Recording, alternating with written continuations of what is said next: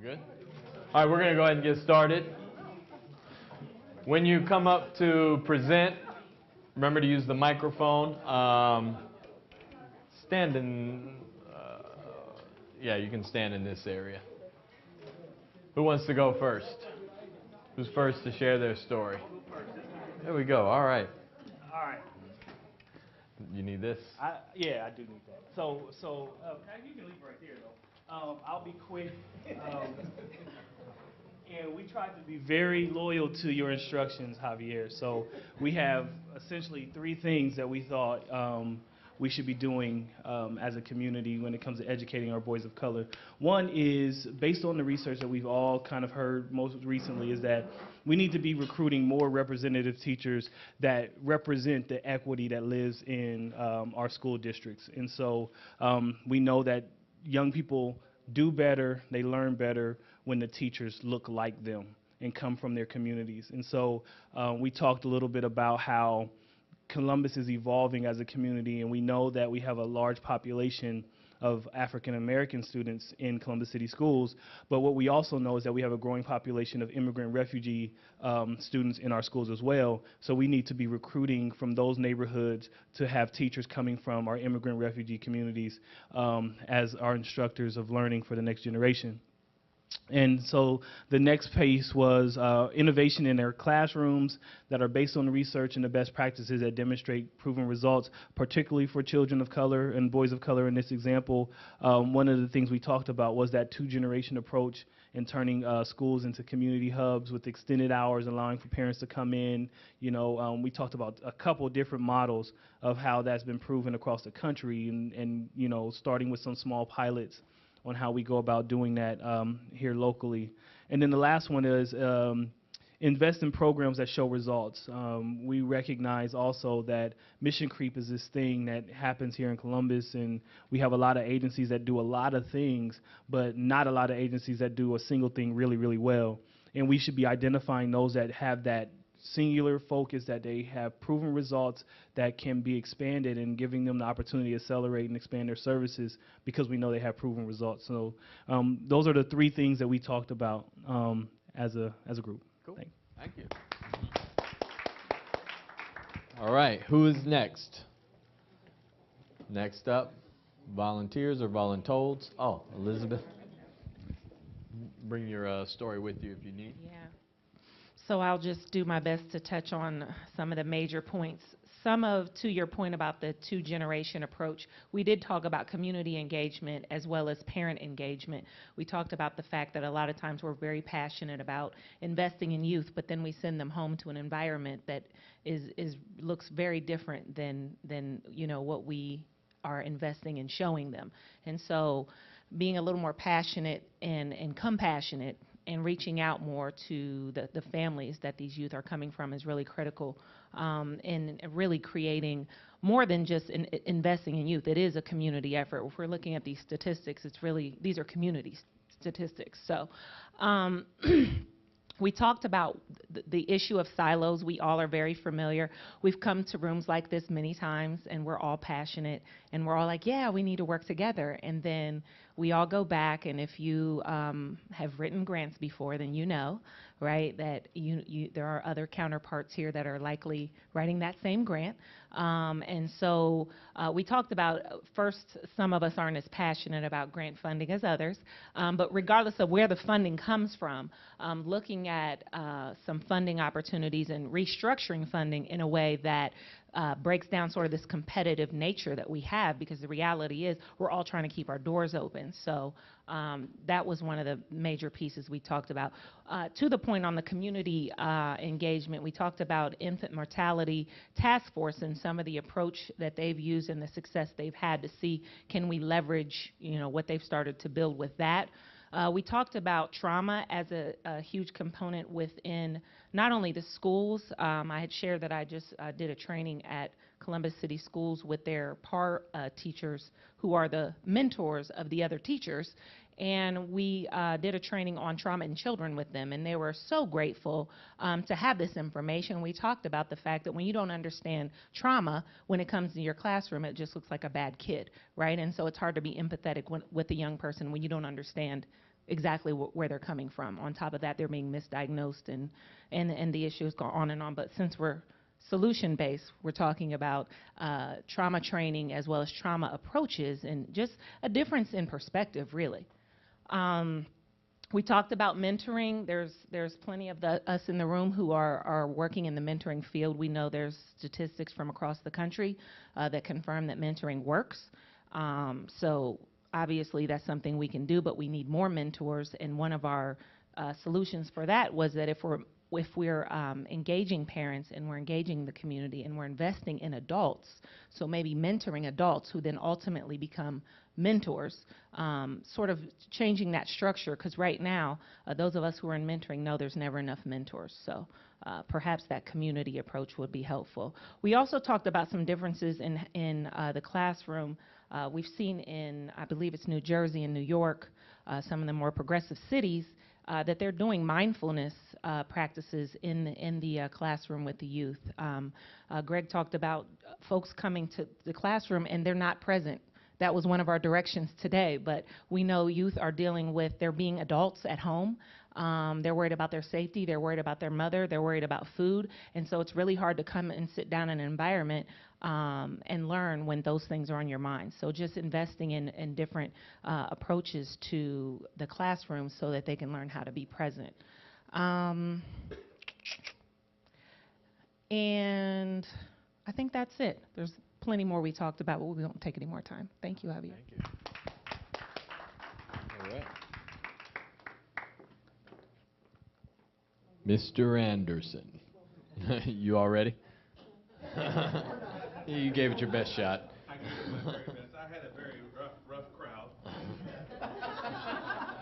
They went on for a day. No. So we also have a very succinct wrap-up because we knew time would be of the essence, and we thought we'd be the last group. But to impact education, we said that one of the key things was to recruit teachers who look like the population and also train/educate the teachers we have to work with young men and boys of color. We also discussed, because we were fortunate to have the Human Services Chamber at the table, that we can build on relationships and services from our community organizations and invest in their work in regards to what they do and bringing successful programs into our school system as an impact on education.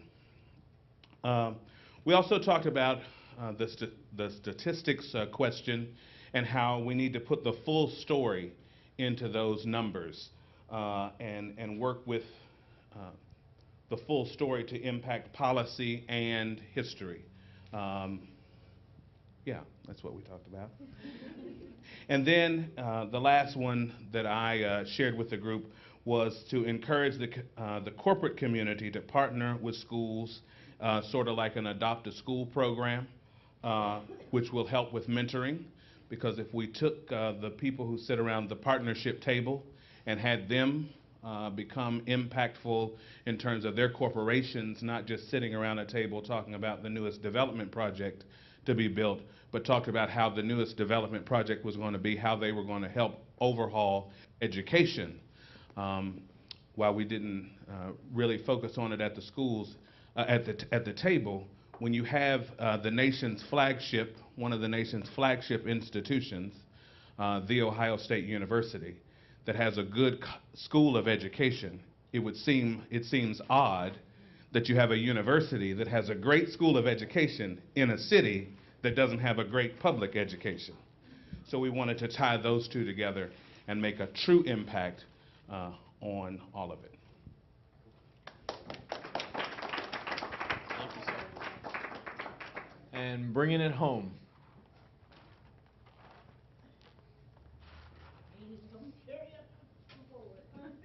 I'll hand you the mic. Okay, so I don't know if we did it like everyone else. Everybody seems so organized. But in our wrap-up, we talked about what can we do new and different.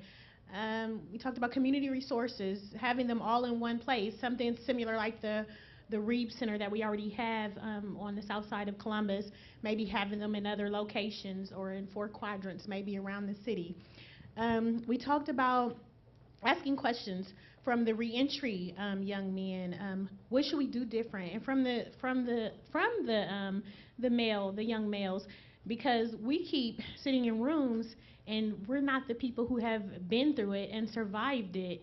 So if we brought them to the table and asked them those questions, how did you end up where you were, and how did you survive it, and how are you doing well now? Maybe that could be a good starting point. Be committed to the process. Don't just show up today and then we don't see your face again. If you're going to come here and you're going to be here for our young men, stay, be with us until we see them to the end. Let me see. We talked about providing parental support. When we have those parents, most of our young men are in single-family homes, and sometimes, there might be two-family homes, but if they didn't get parental support, if their parents didn't know what to do, they don't know what to do, and so they're just still not teaching their children what to do. So giving them that information, giving them that support that they need, kind of simulating a family as a community. Ask the kids, I already said that, ask the kids how we can help, but we never bring the kids to the table. Like, there's no students here. I know it's school time, but we need to make sure that we bring them to the table because they are really smart. Sometimes my kids tell me all the time, like, yeah, the adults always underestimate us, Mom. I'm like, I know, but I don't. You make sure you get your butt in the bed. Professional development for teachers, not only teachers, but community members for trauma. We have people in our community or people in our classrooms that don't even know how to handle the students when they have those non-academic or academic barriers before they even get to the room. They have no idea what to do, because we had one student who was taking opiates in the 7th grade, and he told another student that he had started taking his mom opiates and he didn't know how to stop. So that parent called the school to let them know, and they treated that student like a criminal, instead of taking that opportunity to help that child, get them out of the situation they were in. The mom didn't know what to do, the kid didn't know what to do. So we need to teach our community members how to deal with situations like that. Our kids aren't criminal, they're still kids. Even though they're doing terrible things, they have no idea. And so if we can teach people that is a situation where you can step in and save that kid and point them in a different direction, but if we don't know how to do it, then how are we going to help them? So that was our wrap up. Thank you. Thank you. As I mentioned often, I'm a proud product of Columbus City Schools. And Lolita brought up engaging students who have survived their teenage years, or what I would say, go beyond that and say not only have they survived, but they're actually thriving. I wasn't like the best. I wasn't anywhere near the top of the class. In fact, I know my rank when I graduated from high school, and it's not even worth talking about. I know I barely graduated, and what is honor roll? I don't know what that is, but I've heard of it. But I say that to say my company, Reach Communications, we're a research and marketing company, and we did a research project several years ago. We went to 5 different cities across the country: Chicago, Philadelphia, D.C., Oakland, California, Richmond, California, and worked with about 2,000 young people who experienced trauma on a daily basis at the highest levels in those cities and in those communities and in their schools. But what we were able to identify was about 15% of them who not only were surviving the trauma and the neglect and the violence they experienced on a daily basis, but they were actually thriving in the midst of it. And so we looked for consistencies among those students, and we got it narrowed down to 4 things. They had a strong connection to somewhere, somehow, something, and someone. Somewhere meaning they had a vision or a plan or an optimistic outlook on their life, someplace they were trying to go above and beyond where they were at right now. Somehow they had a plan for how they were going to accomplish that, or they had a desire to create a plan. Something, they had a higher purpose or a connection to something bigger than themselves. And someone, they had a significant connection with and this is key, non-parental caring adult. Non-parental caring adult who, be it a teacher, a coach, an advisor, a counselor, a mentor, a librarian, an old head in the neighborhood. They had a significant connection with a non-parental caring adult who was teaching them how to create and or execute their plan, and again, going back to what we said earlier, how to navigate these systems, right? Those four things were commonalities, and as I heard everyone share, I heard those things coming out, and so that gets me excited. The reason why I can get excited about this kind of community conversation is I'm very selfish with my time, space, and energy and what I invested in or committed to, and I don't invest my time, space, or energy in things I don't feel like are worth my time or anybody else's. And as I've been working with the city for the past several years, and with what Councilman Harden is doing and Director Scott is doing, like, this is worth my time. And because what I understand is the worst thing you can do, especially to young people, Lolita was great in bringing up that we need to engage young people in these conversations as well. The worst thing you can do is ask someone their opinion and then do nothing with it, right? So the reason why this is worth my time is because the city is asking your opinion and your expert perspective, and it's not with the intent of not doing anything with it. There's going to be a return on your investment of your time, space, and energy. And I'll let Councilman Harden speak to that so that we know that this isn't just a routine or an exercise or something we just go back and nothing changes. Thank you. Thank you. Did I just turn it off? I think it just took a minute to come back on. Thank you so much, Javi. Thank you all for being here. I'm actually going to read my notes. I realized when I kicked us off this afternoon, I skipped like a whole bunch of stuff just trying to freestyle. And like Josh said, we were coming back from Thanksgiving. Even though this is our third one, I skipped some information. So like Javi said, this is not for nothing. This is a third of 4 conversations bringing us all together for a purpose. MBK has been something that I've been co-chair of this initiative for 3 years now. And one of the biggest things that I want the community to know, most importantly what I want young men of color to know, is that this is not like a one-time event. This is not a spin-off. This is not a program. This is our city's commitment to supporting and uplifting and connecting young men of color in our community. Not because we see it at them as a problem or we see it as a black issue or a white issue, but we see that our success as a community is tied to their success. When we buoy them, that does lift all of us up. And so this is our community's commitment to our young men of color going forward. And so the work, we didn't get here overnight, and so I don't expect us to solve these issues overnight, but we will stay laser-like focused on these issues and this population until we all are able to move up. And so in December, we will release the full Kerwin report. We'll also announce an MBK grants program. This conversation, along with other conversations on health, poverty, and safety, will help create the criteria for the grants program. There are many folks in the community who have been doing this work with our young people for years, and it's essential that Columbus lift up those groups and those people. That's one of the things that I found when I first became co-chair of this initiative, was that there are silos, and that we sometimes get caught up in who was doing what and when we were doing it and who's working with these young people.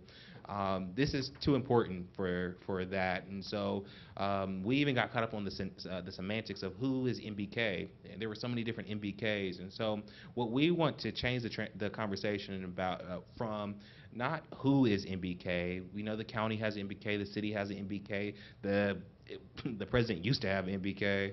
That doesn't matter. It's not whose is MBK. It's what is my MBK. So I challenge each and every organization to have a program focused on young men of color, and then let's roll that up into how we're going to work together to support young men of color. And so just want to thank you all for being here. Like I said, you will hear more in the next 2 to 3 weeks about rolling out the MBK grant program. This is, again, even when we roll out the grant program, I don't want folks to think that is the end. We're still just at the beginning of this work. What we have heard so far in these sessions will help.